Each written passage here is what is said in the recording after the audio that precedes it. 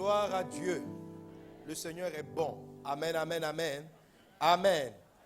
Alors nous sommes toujours dans notre série sur savoir s'investir dans les priorités divines. Amen. Et nous avons déjà montré combien de fois un homme doit s'impliquer. C'est cela, s'investir, doit donner de la force, de l'énergie dans les choses qui sont prioritaires. Il y a beaucoup de choses à faire sur la terre. Chaque jour, il y a de nombreuses sollicitations. Est-ce que je dois dormir? Est-ce que je dois me lever? Est-ce que je dois rester avec mon conjoint? Est-ce que je dois prendre le temps avec mes enfants? Est-ce que je dois aller au travail?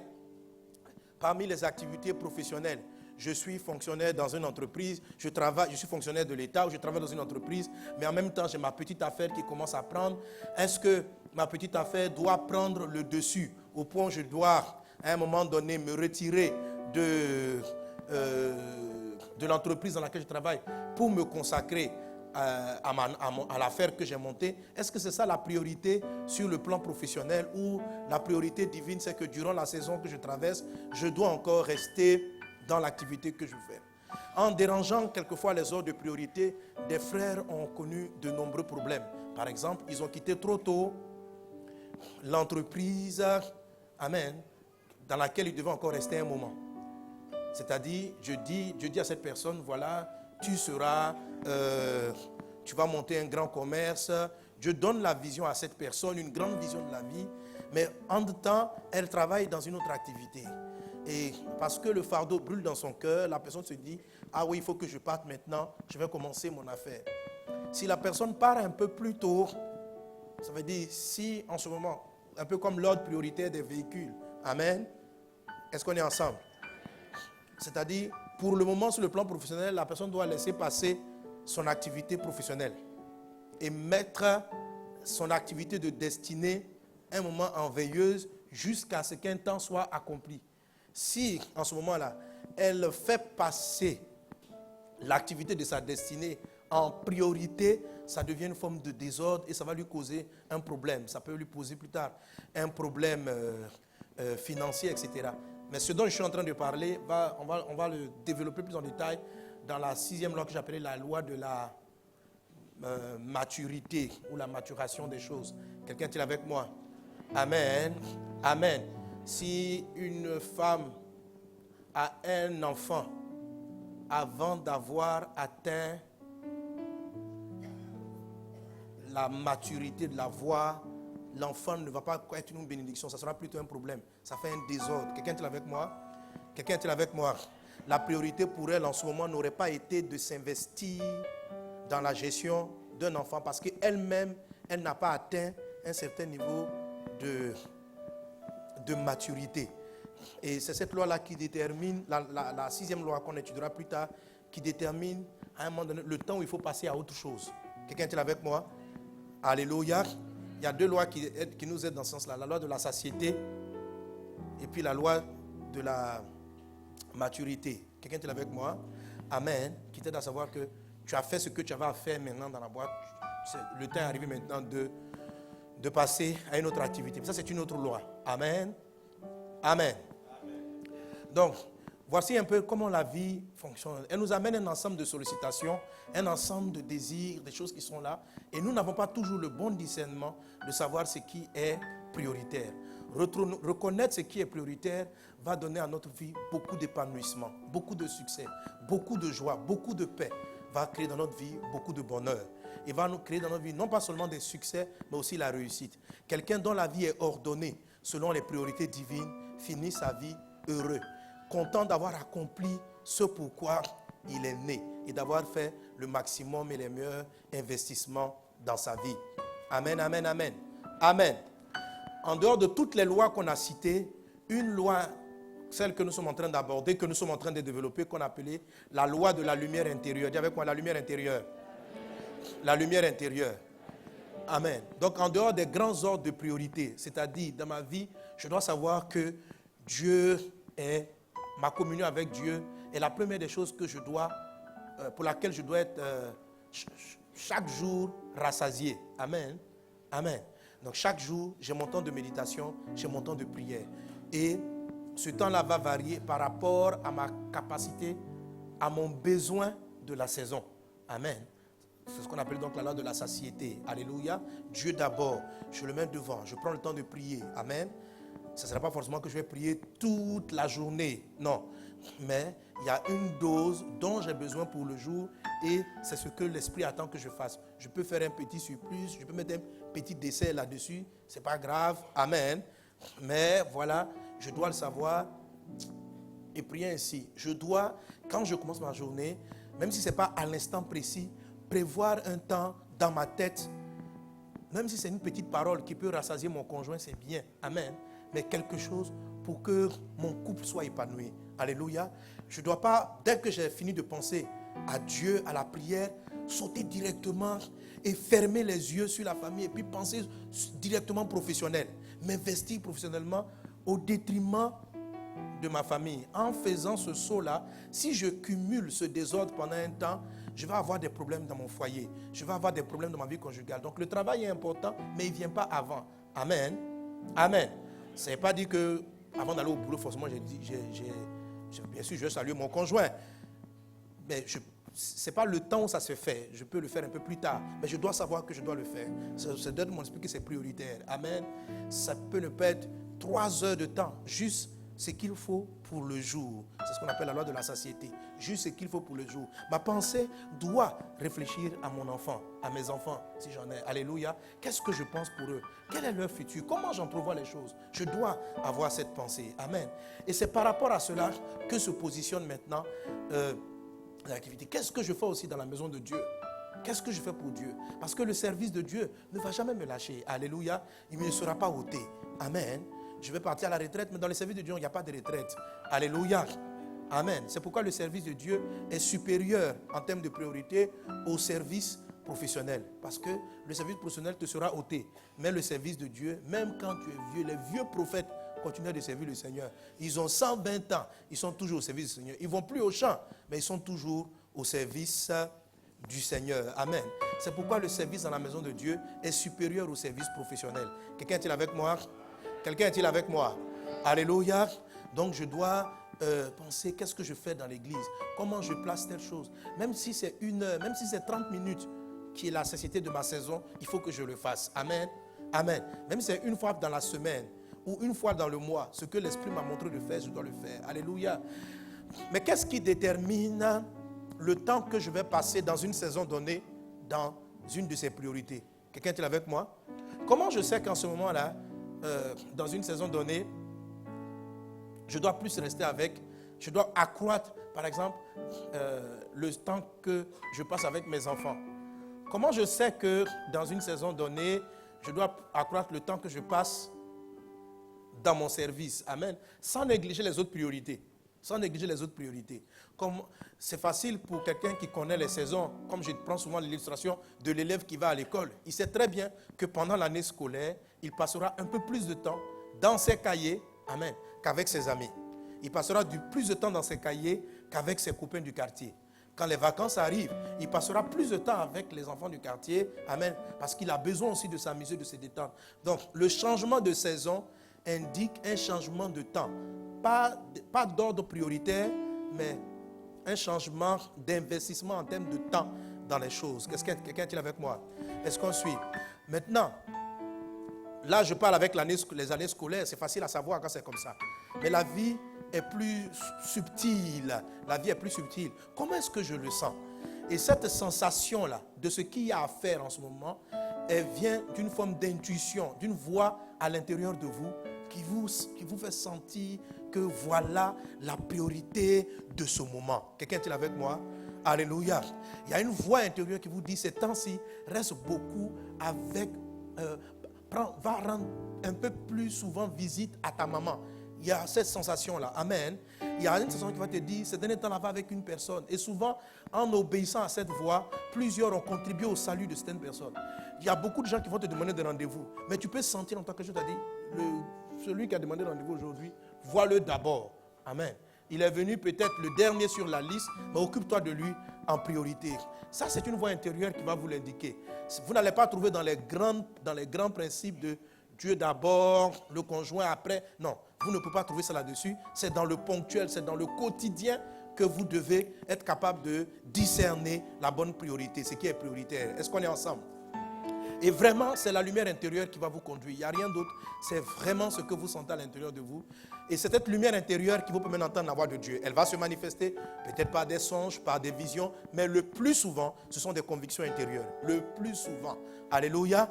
On a des songes, on a des visions qui nous disent des directions, mais le plus souvent, ce sont des choses qu'on ressent à l'intérieur de soi. Mais ces sensations-là qu'on ressent peuvent être troublées. Amen. Je peux avoir le sentiment, l'intuition que cette affaire-là, c'est la bonne, je dois m'y investir mieux que telle autre affaire. Je peux avoir le sentiment que je dois arrêter maintenant mon travail pour me focaliser. Ce sentiment, bien cette intuition-là peut être faussée. Amen.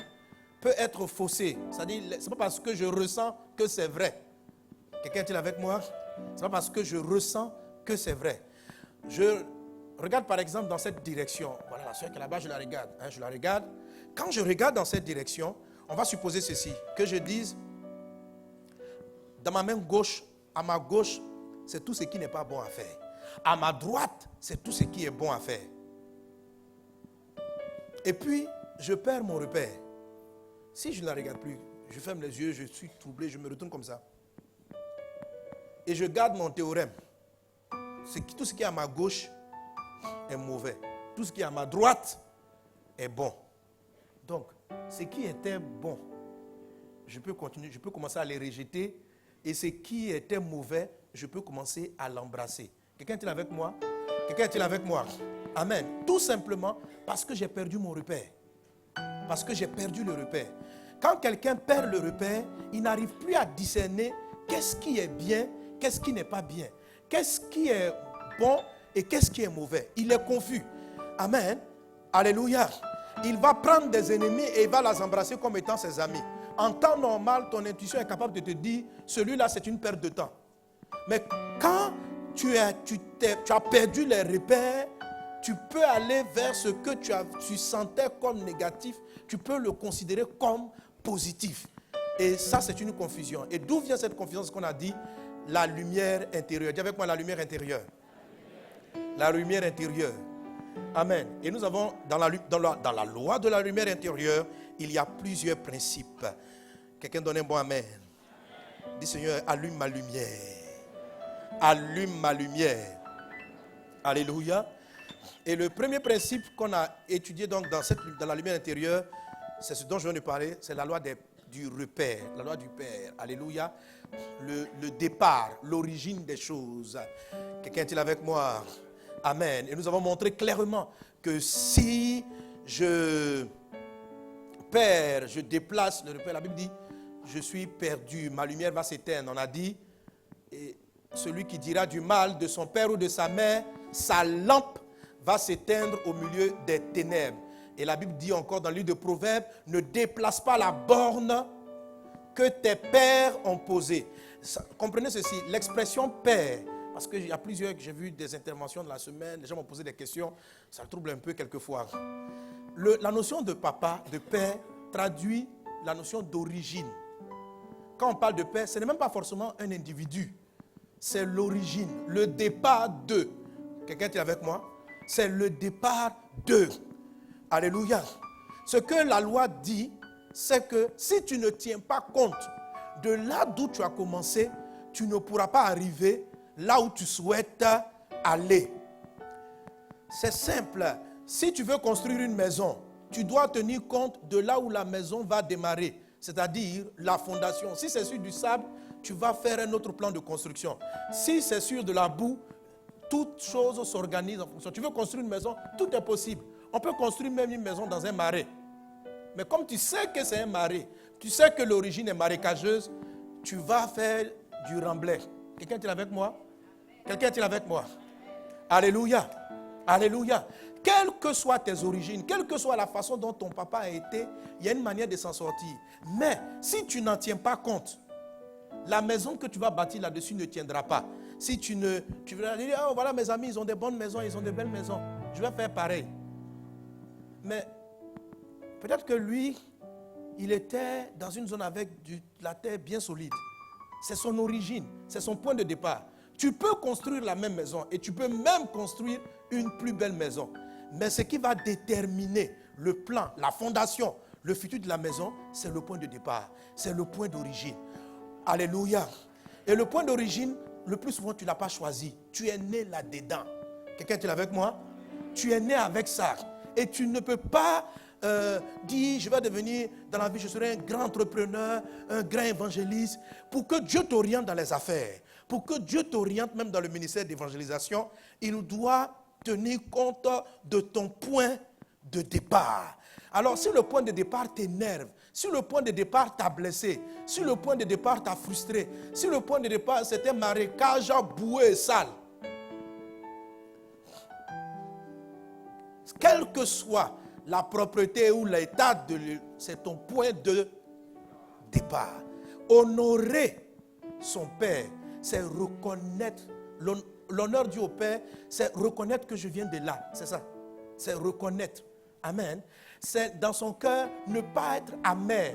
Si je suis tellement aigri, je dis mais il y a la boue, je ne peux pas savoir comment surmonter cela. Quelqu'un est-il avec moi? Quelqu'un est-il avec moi? Alléluia. Alléluia. Et très souvent, l'endroit d'où vous partez sera un puissant tremplin pour votre futur. Si vous avez eu un père extraordinaire, que le nom du Seigneur soit béni. Amen. Mais si votre vie a commencé dans une situation dramatique, je vous assure, il y a beaucoup de gens qui sont dans la même situation dramatique. Un pays, par exemple, qui a aidé beaucoup l'humanité dans la construction, c'est les Pays-Bas. C'était une zone très marécageuse à l'origine, parce que le pays est en dessous du niveau de la mer. Mais c'est leur pays. Vous comprenez? C'est leur terre. Aujourd'hui, allez voir le pays, il est beau. Ils ne sont pas dit, oh, si nous étions comme la France, que leur terre est au-dessus du niveau de la mer. Ils sont partis, c'est leur point d'origine. Mais le fait, ils ont mis des ingénieurs qui ont commencé à réfléchir comment mettre une structure, une fondation, quand tu as l'eau de mer qui arrive et qui frappe. Quand ta terre est plus basse, qu'est-ce que tu dois faire? Et ça l'a amené à développer une expertise qu'on ne trouvait dans aucun autre pays.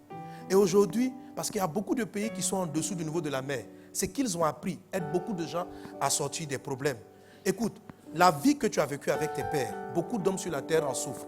Mais si tu es passé par là, Dieu croit que tu peux partir de cette origine. En fait, tu sauras comment faire sortir les gens lorsqu'ils se retrouvent dans cette situation. Amen. C'est pourquoi ne maudis pas tes origines. Ne les maudis pas. Parce que ce sont ces origines qui t'orienteront pour ton futur. Amen. Tout le monde peut construire une belle maison. Mais qu'est-ce qui va faire que ta maison sera unique? Pourquoi, par exemple, ce pays, les Pays-Bas, sont si uniques? À cause de leur point de départ. Pourquoi les pays désertiques sont uniques? À cause de leur point de départ. Ils sont partis de terres arides. Mais ils ont appris à apprécier ce que Dieu leur a donné. C'est ça, honorer. Honorer. Ne déplace pas la borne. Reconnais qu'elle est là et rends grâce à Dieu. Mais à partir de là, c'est là que va naître ta particularité, ta spécificité. Et on aime citer l'exemple de la servante de Dieu, Joyce Meyer. Amen. On est triste de ce que son père a pu faire dans sa vie. Mais ce qui donne du goût à son message, ce qui donne de la valeur à son message, ce qui fait qu'elle est écoutée par des milliers et des milliers de personnes et que beaucoup de gens se retrouvent dans sa vie, c'est qu'il y a beaucoup de gens qui ont des vies pas très loin. Amen. Et parce qu'elle a pu s'en sortir, sans renier son passé, ce que Dieu a fait, c'est qu'elle est une source de guérison pour plusieurs. Ce que tu as vécu, certes, est dramatique, mais c'est ce qui va faire ta spécificité, ta particularité. Amen. Et c'est là que naît cette lumière, cet éclairage de ton futur. Tu vois ta particularité, tu vois comment tu construis la vie, tu vois comment les choses vont avancer. Que cela soit ton partage dans le nom de Jésus. Donne un bon amen. J'entends pas bien ton amen. Alléluia. Mais la borne des pères n'est pas le seul élément qui participe à la lumière intérieure. Alléluia. C'est-à-dire cette intuition-là ne vient pas seulement de l'attitude que tu as avec ton père professionnel ou autre. Amen. Tous les différents types de pères, il faut voir l'enseignement, il faut consulter l'enseignement du dimanche dernier. Ce qu'il y a encore d'extraordinaire. Amen. C'est qu'il y a encore d'autres éléments qui rentrent en ligne de compte, et je les avais cités, qui permettent d'éclairer. Alléluia. Gloire à Dieu. Le Père est le point d'origine. Mais il n'est pas forcément le point d'arrivée. Dieu aurait bien souhaité que tous les parents soient des modèles. Mais tous les pères ne sont pas forcément des modèles. Amen. Alors, à un moment donné dans ta vie, Dieu suscite des modèles. Et il y a deux catégories de modèles. Dieu suscite des modèles. Des modèles de ton destin. Ces gens-là, il faut les reconnaître. Ils participent à ta lumière. Ils participent à ta lumière intérieure, à t'éclairer, à t'orienter. Est-ce que quelqu'un est avec moi? Amen, amen.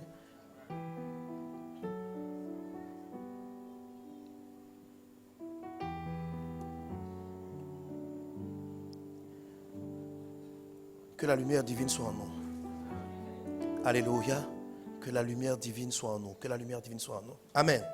Donc ces repères permettent, comment on dit, de t'éclairer, de te donner de la lumière de ton futur, la lumière des choses que Dieu fait avec toi. Amen. Je lis un texte, une référence, excusez-moi.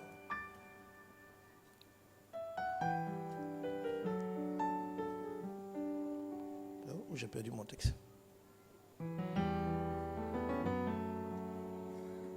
Bon, je vais finir par le retrouver dans mes nombreuses notes. Amen. Amen.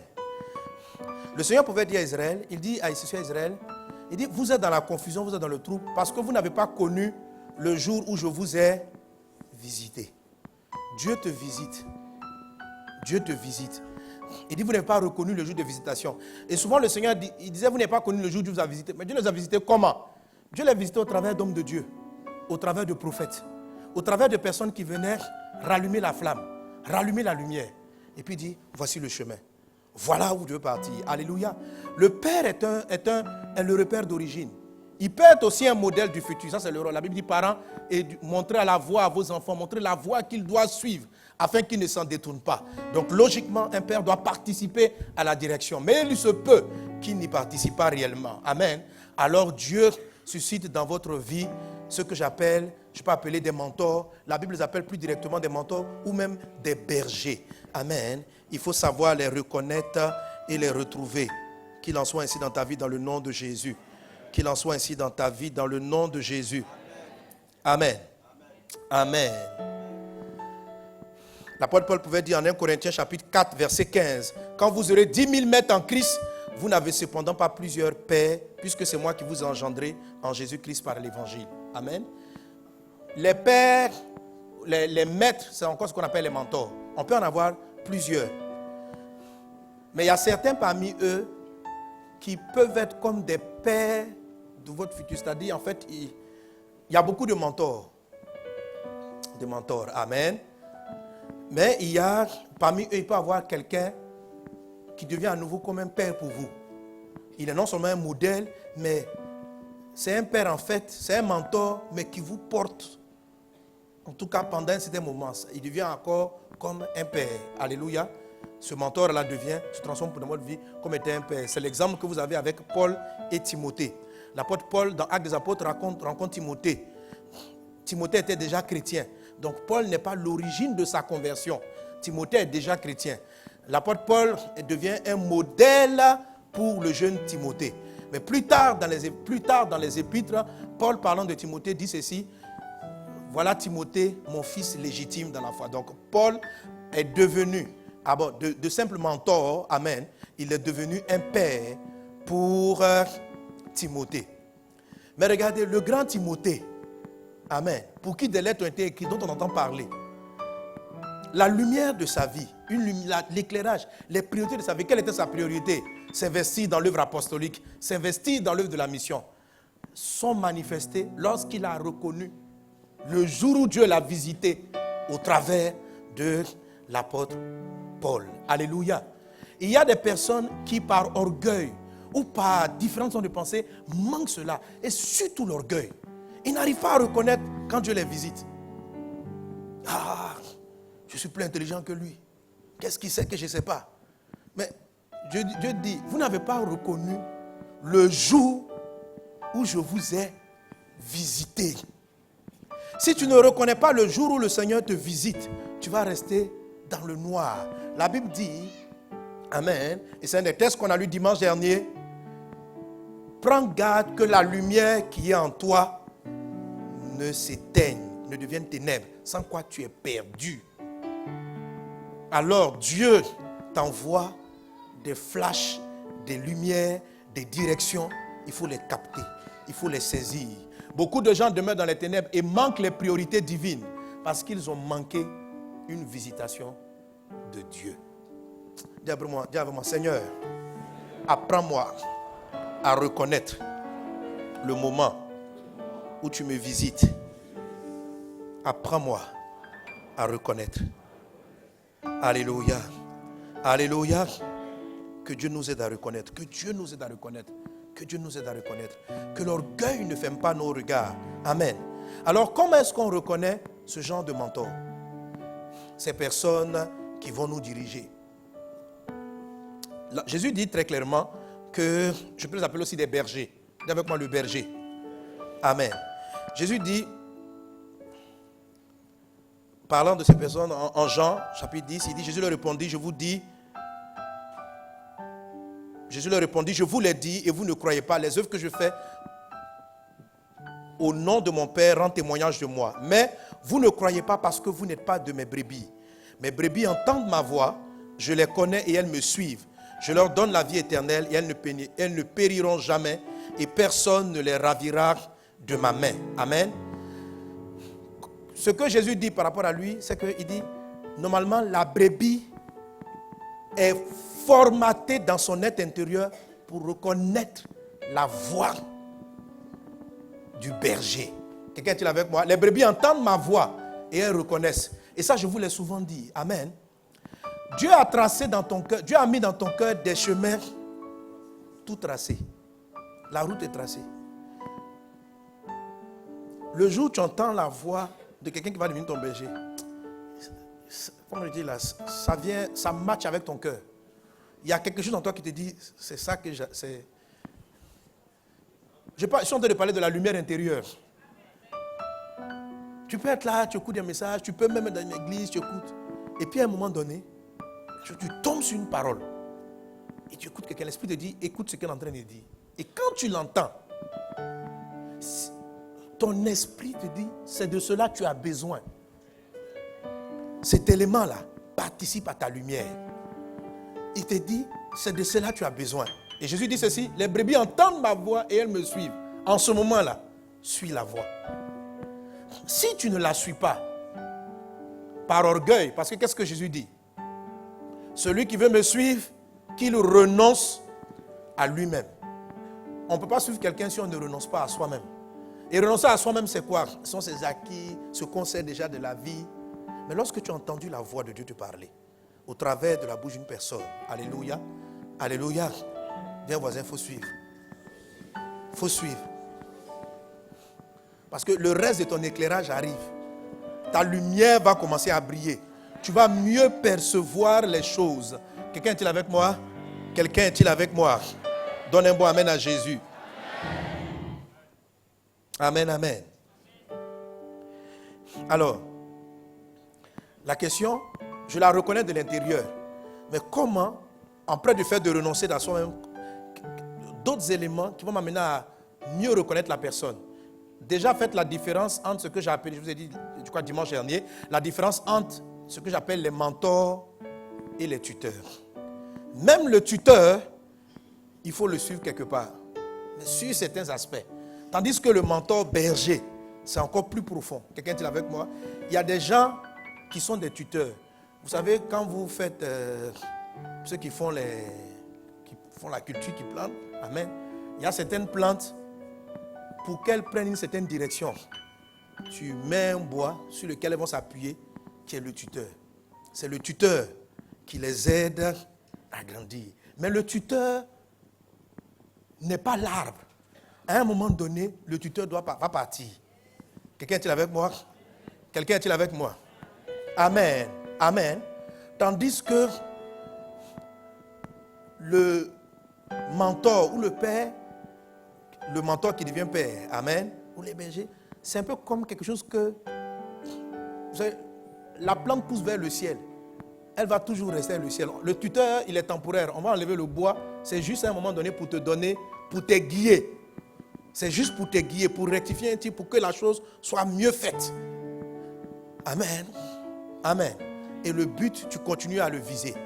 Que Dieu nous aide à reconnaître ces genres de visitation de Dieu. Donc le Seigneur te visite au travers de ce qu'on appelle des tuteurs. On va voir cela dans la parole de Dieu. Et il te visite au travers des mentors. Par contre, les mentors, le suivi reste plus longtemps dans le temps. Quelqu'un est-il avec moi? Amen. Alors comment les reconnaît-on? Je dis, la voix intérieure va nous aider. Mais la Bible dit ceci. Il leur dit cette parabole. Là, comment on reconnaît les mentors? Il leur dit aussi cette parabole. Un aveugle peut-il conduire un aveugle? Ne tomberont-ils pas tous deux dans une fosse? Là, je suis sur les mentors, je ne suis pas sur les tuteurs. Voilà. Il y a des gens dont tu aimes bien une prédication, un message, ça matche avec ton cœur. Mais ça peut être un tuteur. Il y a des personnes, ça coïncide, mais ça peut être la voie que tu dois suivre, en tout cas très longtemps. Et tout cela participe à t'éclairer et à illuminer les yeux de ton cœur. Amen. Un aveugle peut-il conduire un aveugle? Ne tomberont-ils pas tous deux dans une fosse? Si tu choisis pour mentor quelqu'un qui est aveugle lui-même, c'est sûr que quand on dit il est aveugle, ça veut dire qu'il n'a pas de lumière intérieure. Jésus dit, si votre lumière intérieure est éteinte, vous ne verrez plus. Si tu suis quelqu'un qui est aveugle, et Jésus le disait par rapport aux pharisiens, il le disait par rapport aux docteurs de la loi, qui prêchaient la parole de Dieu, qui parlaient de Dieu. Il dit de ces personnes, si vous les suivez, vous allez aller dans les ténèbres. Par contre, il les présente comme des tuteurs. Il dit ceci, faites ce qu'ils vous disent, mais ne faites pas ce qu'ils font. Donc, les docteurs de la loi du temps de Jésus étaient pour les disciples et le monde des gens de tuteurs.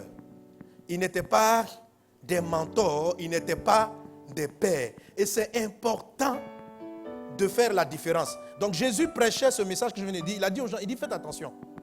Ces gens sont aveugles. Si vous les suivez, on ne suit pas un tuteur. Un tuteur, on écoute. Et ce qu'il dit qui est de Dieu, là, on applique. Amen. Un mentor, un berger, on le suit. C'est pas pareil. Quelqu'un est-il avec moi?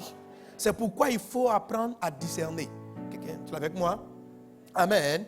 Tu as besoin que ta lumière soit, que tu sois toi-même dans la lumière. Mais la Bible dit, si celui que tu as pris comme modèle est lui-même aveugle, un aveugle, s'il suit un aveugle, les deux vont tomber dans une fosse. 2 Pierre chapitre 1, à partir du verset 5, l'apôtre Pierre dit ceci, 2 Pierre 1, 5, il dit ceci, à cause de cela même, faites tous vos efforts pour joindre à votre foi la vertu, à la vertu la science, à la science la tempérance, à la tempérance la patience, à la patience la piété, à la piété l'amour fraternel, à l'amour fraternel la charité. Car si ces choses sont en vous et ils sont avec abondance, elles ne vous laisseront point oisifs ni stériles pour la connaissance de notre Seigneur Jésus-Christ. Verset 9. Mais celui en qui ces choses ne sont pas est aveugle. Il ne voit pas de loin et il a mis en oubli la purification de ses anciens péchés. Est-ce que quelqu'un avec moi? Amen. La loi de la lumière intérieure. C'est ta lumière intérieure qui va développer ton intuition, ton instinct de savoir quel est le bien, quel est le mal, quelle est l'entreprise pour laquelle tu dois t'investir, quelle est l'entreprise qui doit venir en second. Pour te donner ce genre d'éclairage dans la vie, Dieu fait d'abord, la première des choses, c'est le repère des pères. Amen. C'est la même loi dans laquelle il y a plusieurs principes. Pour t'éclairer, il va amener des gens qui voient pour te diriger dans la lumière. Et ceux qui l'amènent pour te diriger dans la lumière, parce que toi-même, tu ne voyais pas, amen, c'est ceux-là qu'on appelait des bergers. Il dit le berger, il mène les brebis vers des verts pâturages. Mais le Seigneur te dit en même temps, c'est vrai qu'il va t'envoyer des personnes et qu'il faut les reconnaître, mais il faut faire attention. Il y a certaines personnes qui se prétendent être des maîtres, mais qui en vérité sont elles-mêmes aveugles. Et si tu les suis, au lieu que ta lumière luise, elle va davantage s'obscurcir. C'est pourquoi il faut que tu apprennes à discerner. Si tu veux que ta lumière intérieure grandisse, il faut reconnaître les gens que Dieu t'envoie et non pas les ténébreux que les ténèbres diaboliques t'envoient. Parce qu'ils vont davantage contribuer à t'enfoncer. C'est pour ça que des personnes qui sont retrouvées cherchant Dieu se sont retrouvées dans des ministères, dans des églises avec des prophètes qui les ont embrouillés davantage dans leur vie, s'aimer du désordre et du trouble, tout simplement parce que ce n'étaient pas des bergers ou des visitations divines, mais des visitations diaboliques. Et si la personne, Dieu l'a utilisé un moment pour t'apporter du bien, ce que je vais te dire va t'aider à discerner. Cette personne-là n'est que dans ta vie un tuteur. C'est-à-dire, elle a permis juste de rectifier un tir. Ne t'y attache pas trop longtemps.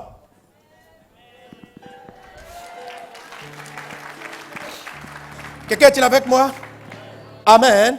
Le tuteur, Dieu l'utilise quand il veut pour te guider. Reconnais, prends ce qui est bien, puis voilà. Mais discerne. Et je vais te dire comment on voit. Comment. Alléluia.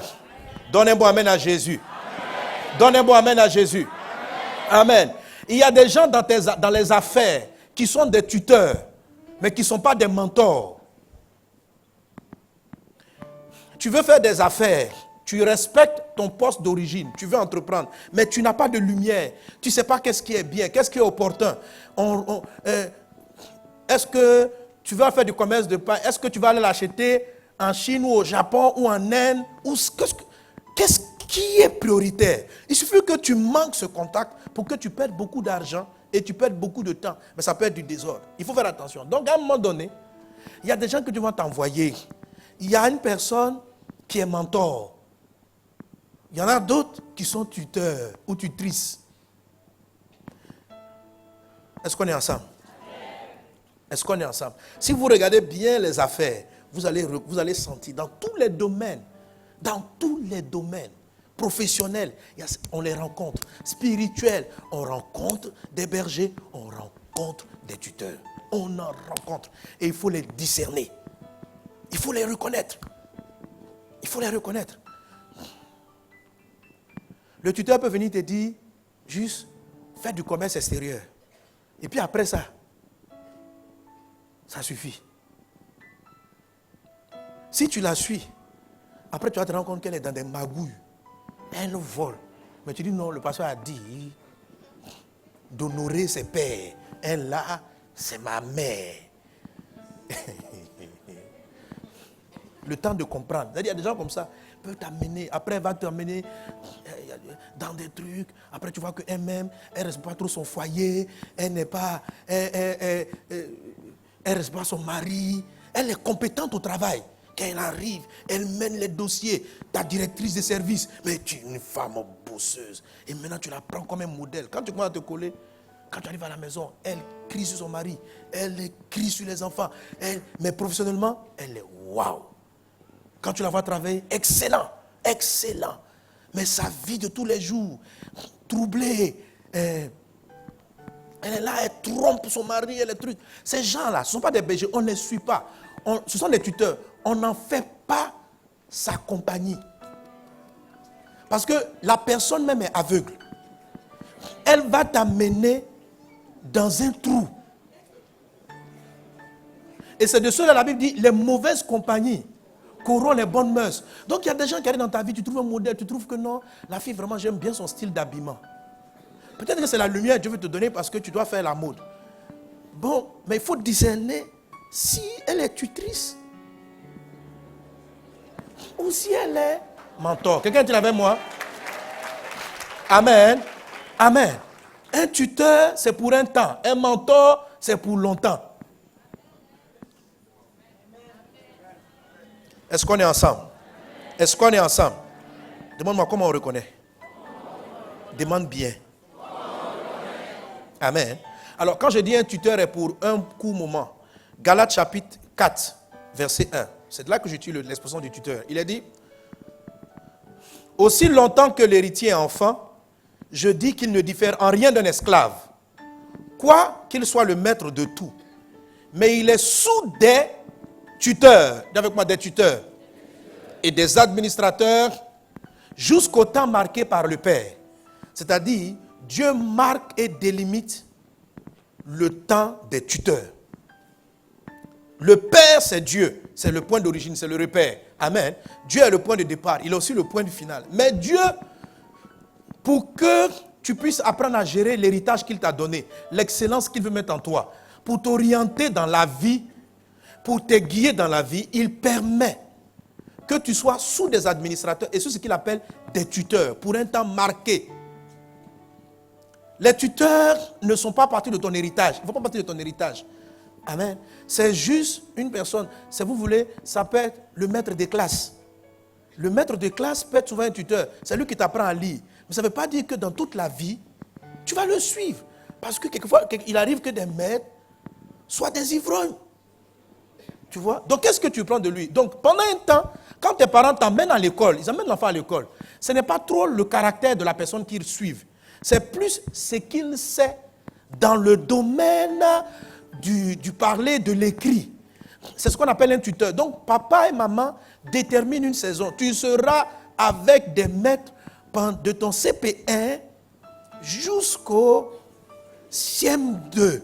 Après cela, je vais te donner encore plusieurs. Ce sera des professeurs dans différents domaines. Donc, le père détermine des cycles. Et le maître est un tuteur. Il ne va pas faire office de père. Il ne peut pas remplacer tes parents. Donc, ce n'est pas parce qu'il t'a appris à lire que tu vas l'amener à devenir ton père et ton modèle de vie.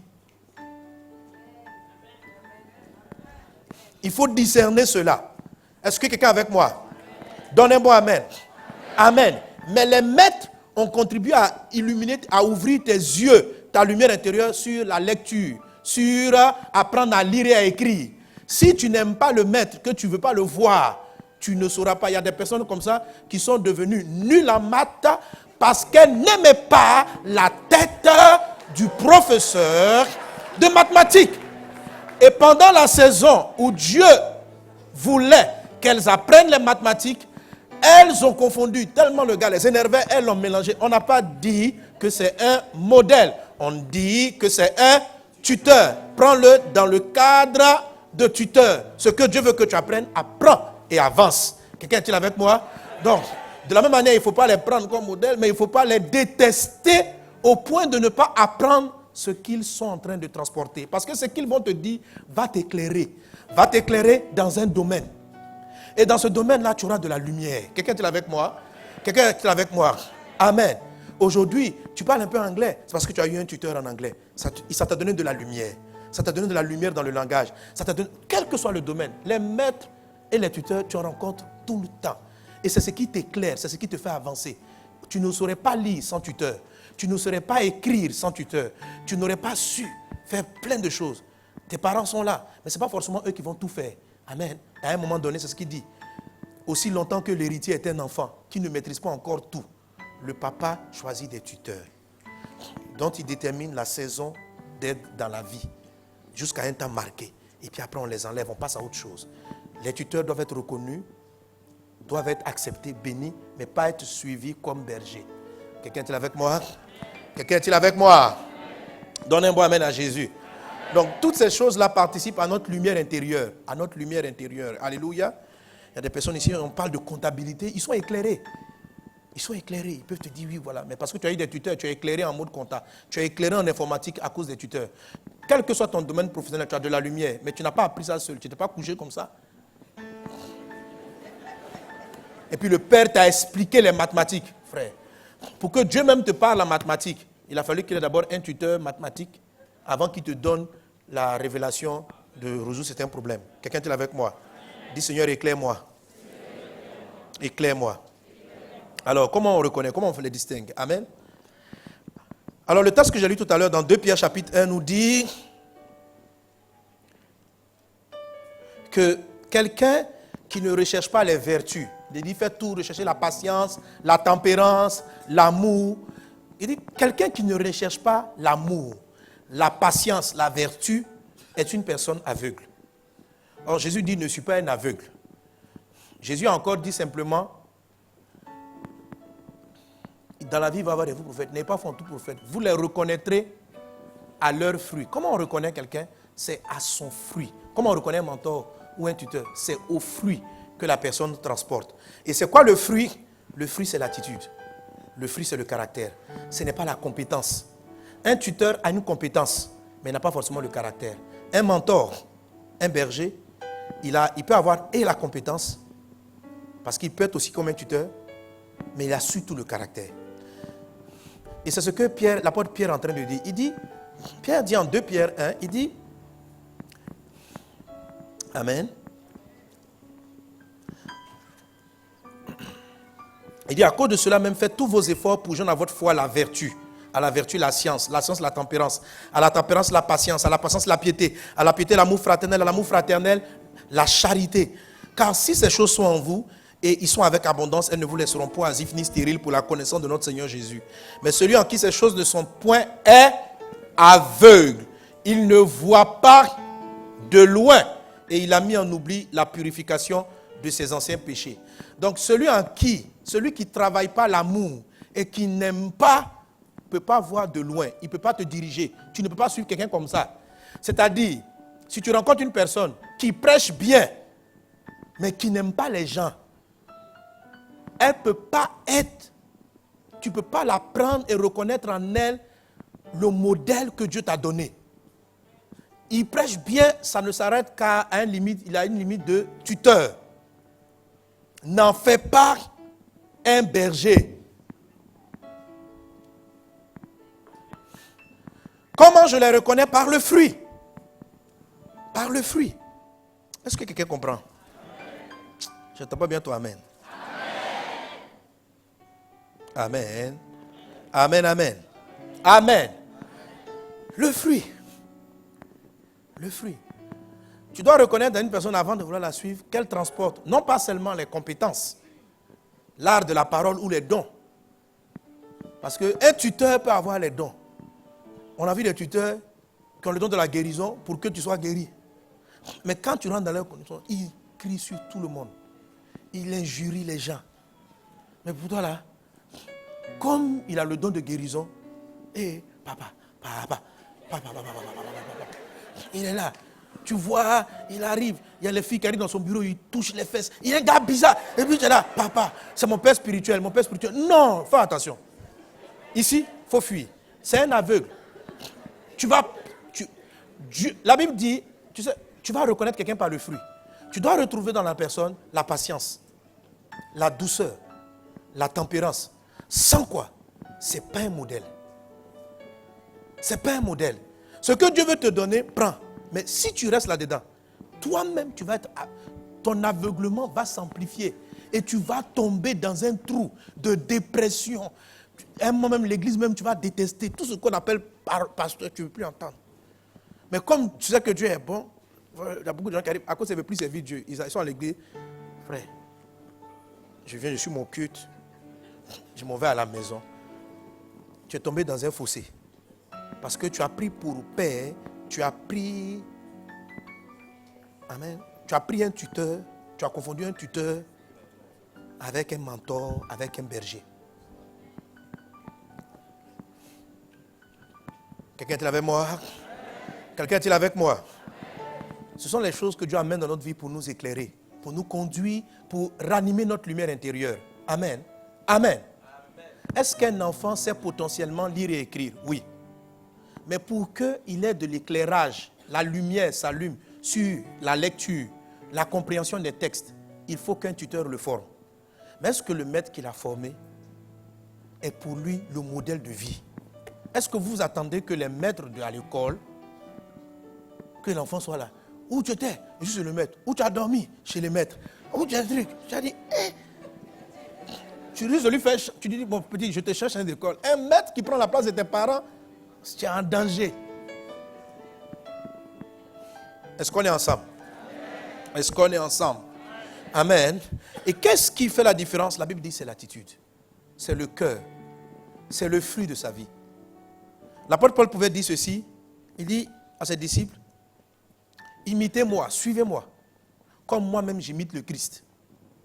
Vous devez retrouver dans la vie de quelqu'un que vous allez suivre, vous devez retrouver en lui, quand vous lisez votre Bible, vous devez retrouver dans la personne quelqu'un qui cherche et qui court à ressembler à Jésus. Amen. Amen. Amen. Alléluia. Donne un bon amen. Donne un bon amen. Est-ce qu'on est ensemble? Dis Seigneur, éclaire-moi. Seigneur, éclaire-moi. Jacques chapitre 1 verset 17 dit ceci. Toute grâce excellente, tout don parfait descend d'en haut, du Père des Lumières, chez lequel il n'y a ni changement, ni ombre de variation. Donc, il parle ici de l'Éternel, de notre Dieu, de notre Papa. C'est Papa qui est le Père des Lumières. Quelqu'un est avec moi? Je suis toujours sur la loi de la lumière intérieure. La lumière intérieure vient de notre Père céleste. Alors, quelqu'un qui n'est pas en train de suivre le Père dans ses œuvres, dans ses actes, ne peut pas t'éclairer. Est-ce que vous me suivez? Ne peut pas te donner la lumière de la vie. Ne peut pas t'accorder la vie. Quelqu'un qui n'a pas pour modèle Dieu lui-même, Jésus-Christ même, qui justifie, qui valorise. Jésus n'était pas un gars coléreux, nerveux, qui frappait tout le monde. Le gars, il est coléreux, il est nerveux. En même temps, il a l'onction. Mais c'est une onction tutorielle. C'est une onction tutorielle. C'est pour un tuteur. Ce n'est pas une onction parentale. À longue durée. Oh, mes amis, comprenez cela. Combien de gens sont perdus dans la vie spirituelle, dans leur vie, pour avoir pris, confondu et embrassé des tuteurs comme des pères pour leur vie. C'est une perte de temps. Jugez selon ce que Jésus a dit. La Bible dit, tous ceux qui disent mon nom ne sont pas de moi. Comment on peut les reconnaître? Regardez le fruit. C'est quoi le fruit? On va dans Galates. Galates dit, voilà le fruit de l'esprit. C'est la paix, c'est la patience, c'est la douceur, c'est l'amour, la bénignité. C'est ce que tu dois chercher. Quelqu'un qui est méchant. Quand tu le sais, tu vois, il est méchant, il ne donne pas les choses aux gens. Il est méchant même. Mais en même temps, quand il prie, les morts ressuscitent. C'est un tuteur. Donc si tu as ton mort, il faut l'amener, il le ressuscite. Et puis tu fuis.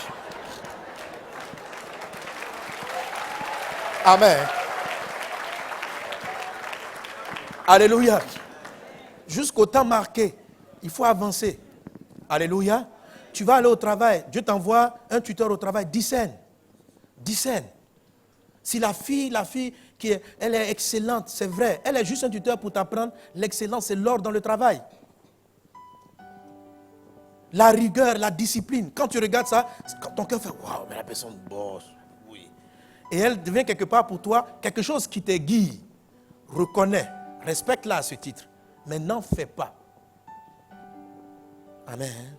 Un mentor, une mère, un père.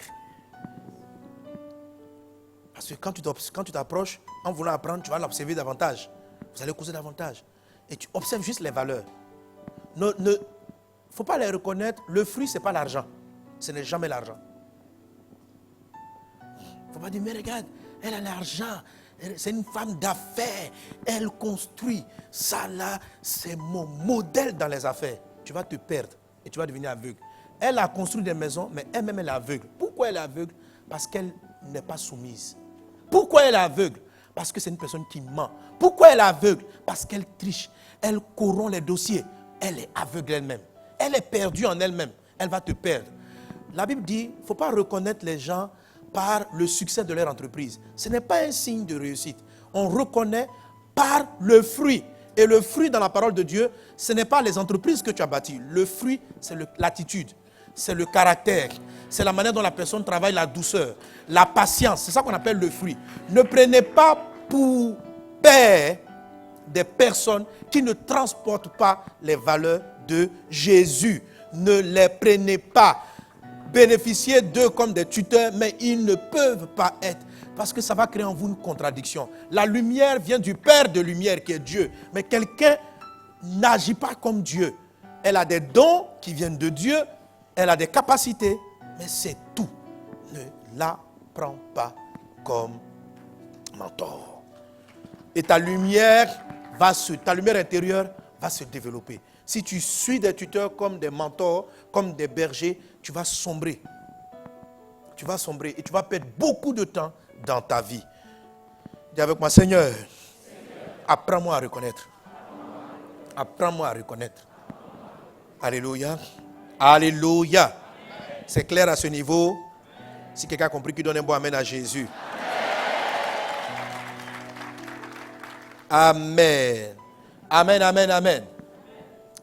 Et dans le dernier principe de la lumière intérieure, que je ne pourrais pas malheureusement finir, je ne pourrais pas finir aujourd'hui, mais je vais introduire le dernier principe de la lumière intérieure, c'est la manière dont vous traitez les faits marquants de votre vie. Les faits qui vous ont marqué. Amen. Ce que je vais dire, ce que je développerai sur le point, est, vous le trouvez dans l'enseignement sur l'ordre divin. Quand j'ai abordé le travail du Saint-Esprit, le consolateur, dans Marcher dans l'extraordinaire, j'ai touché ce point. Donc, il revient dans plusieurs messages. Et je vous ai dit que l'enseignement sur les priorités divines est un rappel sous un autre angle. Amen. C'est un rappel des choses qu'on a déjà dites sous un autre angle pour nous donner de mieux comprendre ce que les choses que le Seigneur veut que nous sachions. Amen. Et là, nous sommes toujours dans la loi de la lumière intérieure. Alléluia. La Bible dit, prends garde que ta lumière ne s'éteigne. Mais il y a des éléments de la lumière. La Bible dit, Dieu est le Père des lumières. Il y a des éléments de lumière qui sont déjà basiques. Amen. La bonté. La bonté est la lumière par rapport à la méchanceté. La méchanceté est ténèbres. Amen. Aider les autres.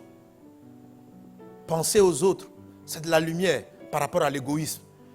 Ça, ce sont des standards que nous connaissons. Mais ces éléments-là, quand on dit que, que ta lumière, prends garde que ta lumière ne s'éteigne, par exemple, prends garde que ta bonté ne s'éteigne. Ça veut dire que avec le temps, tu deviennes méchant. Le temps affecte beaucoup, souvent, nos vertus intérieures, notre lumière intérieure. Vous savez que la joie est une lumière, la joie. Quelqu'un qui est joyeux, quand tu vois un enfant qui est joyeux, il brille. Il y a une lumière, il y a une lumière intérieure. La joie conduit la vie d'une personne. La joie. Mais il y a des faits qui peuvent amener votre joie éternelle. Non, on ne va pas dire éternelle, sinon ça allait résister. Votre joie naturelle à basculer et à devenir des personnes tristes. Des gens, beaucoup d'entre vous, si vous vous souvenez de votre enfance, vous êtes des gens très joyeux. Mais la vie a fait que vous ne riez plus trop maintenant.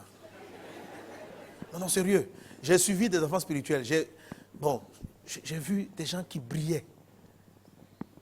Et les coups de la vie, les trahisons, les méchancetés, les pertes, les ont affectés. Et tu sens que la lumière intérieure a commencé à s'éteindre. A commencé à s'éteindre, à s'éteindre, à s'éteindre. Et la personne maintenant, elle devient sombre, pensante, toujours en mode réflexion, analyse, recul. Prends garde que la lumière qui est en toi ne soit ténèbres. Sinon, grands seront tes ténèbres. Dis avec moi, Seigneur, garde ma lumière allumée. Garde ma lumière allumée. Et ce qui peut rendre cette lumière naturelle chez la plupart des personnes, comme je dis, ce sont, j'appelle ça les coups marquants de la vie. Les coups de la vie. Les événements de la vie. Mais les événements contre lesquels on devient amer. Je vous parle tout le temps de l'amertume qui prive de la grâce. Et le texte qu'on lit toujours, c'est Hébreux 12, 15. Veillez à ce que nul ne se prive de la grâce de Dieu, à ce qu'aucune racine d'amertume poussant des rejetons ne produise du trouble. L'amertume produit du trouble en vous. Ça trouble votre lumière. Le trouble, c'est quoi? Tohu, bohu. L'amertume favorise les tohu, bohu. L'amertume ne fait pas sortir du tohu, bohu. L'amertume, ce n'est pas toujours contre quelqu'un. Ça peut être contre un événement. L'amertume, on peut être amer par rapport à un décès. La mère à laquelle j'étais attaché est partie. Certains sont tellement amers par rapport à ce jour que depuis ce jour, leur lumière a commencé à descendre.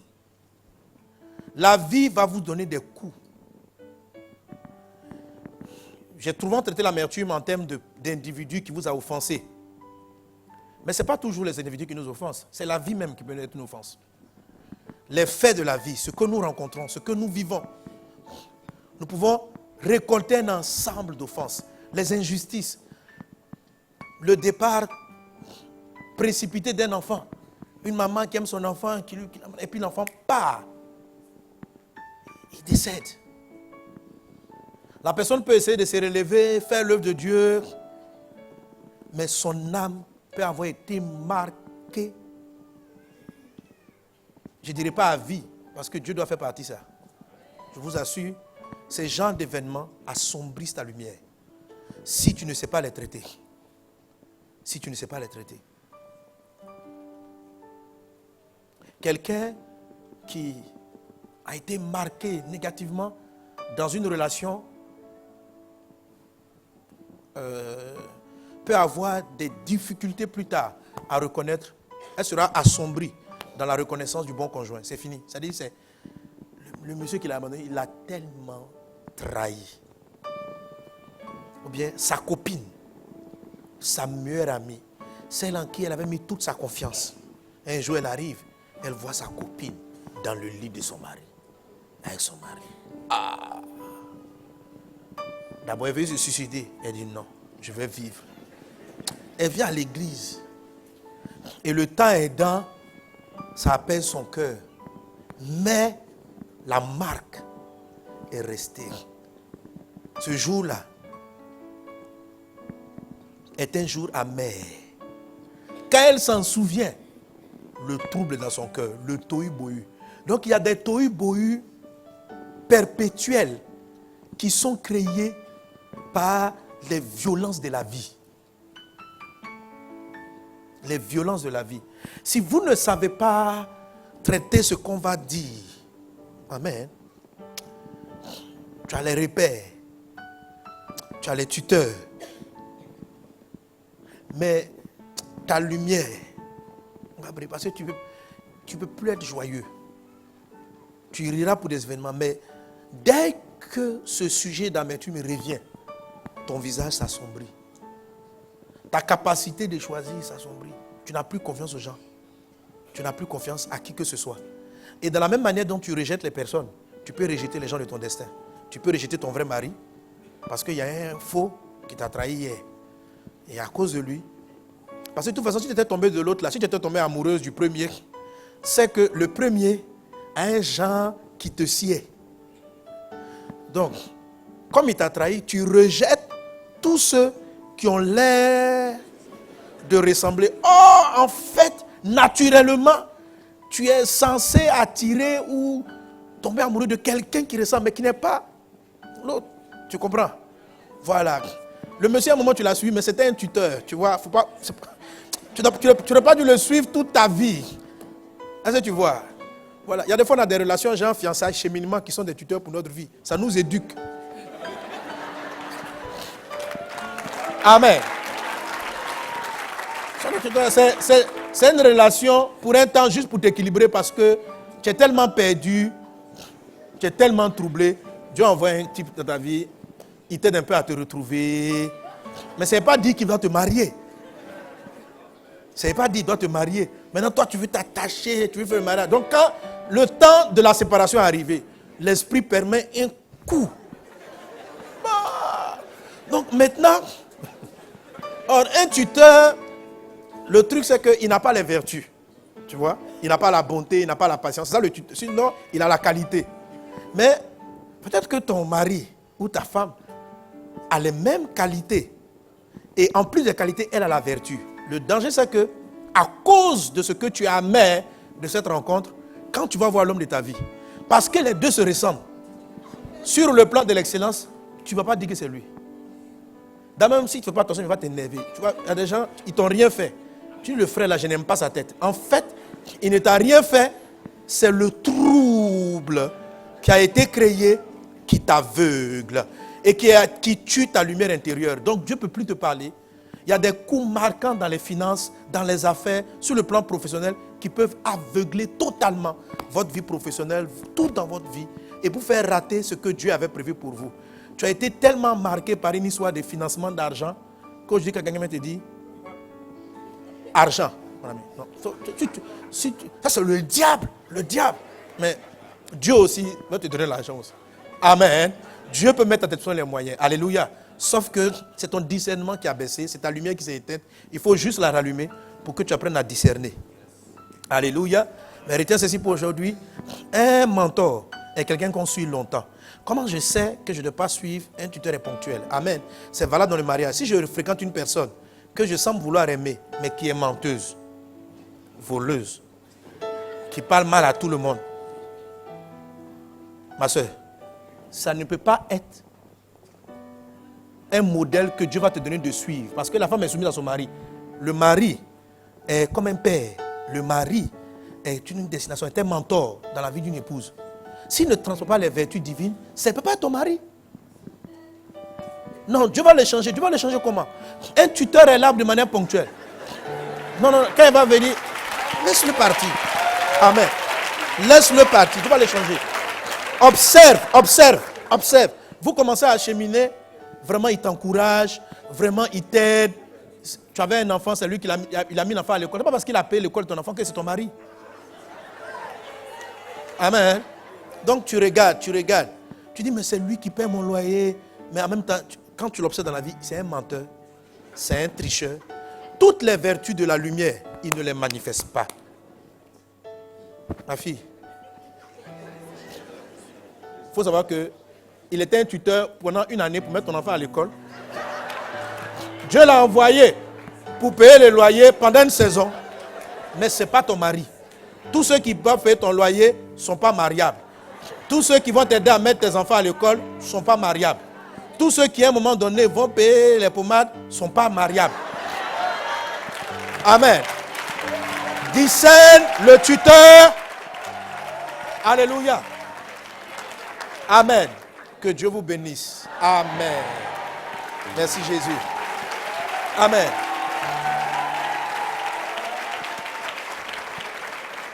Tiens-toi debout, tu vas demander au Seigneur. Seigneur, apprends-moi à discerner, à reconnaître les tuteurs, des mentors et des bergers dans ma vie. Le tuteur est là pour un temps marqué, il doit partir. Le mentor va rester. Les pères, les vrais pères demeurent. Seigneur Jésus, aide-nous. Aide-nous. Oh Dieu, illumine les yeux de nos cœurs. Que ta lumière luise en nous. Que ta lumière luise en nous. Que ta lumière brille en nous. Que ta lumière brille en nous. Au nom de Jésus. Nous te le demandons, Seigneur. Que ta parole devienne vie en nous. Qu'elle porte du fruit dans nos cœurs. Qu'elle porte du fruit en nous. Et que ta lumière nous éclaire nos sentiers. Seigneur, tu veux nous apprendre à reconnaître ce qui peut être prioritaire. Mais pour ce faire, tu veux que la lumière brille dans nos cœurs. Que ta lumière brille en nous. Et que ton discernement soit manifesté en nous. À toi la gloire, la louange au siècle des siècles. Aujourd'hui, dans la loi de la lumière intérieure, tu nous as parlé des mentors, des pères, des tuteurs, Seigneur Jésus. Aide-nous à discerner cela. Aide-nous à reconnaître et à faire ce que tu attends de nous, que nous fassions. À toi la louange, la gloire, l'exaltation au siècle des siècles. Au nom de Jésus. Amen. Amen.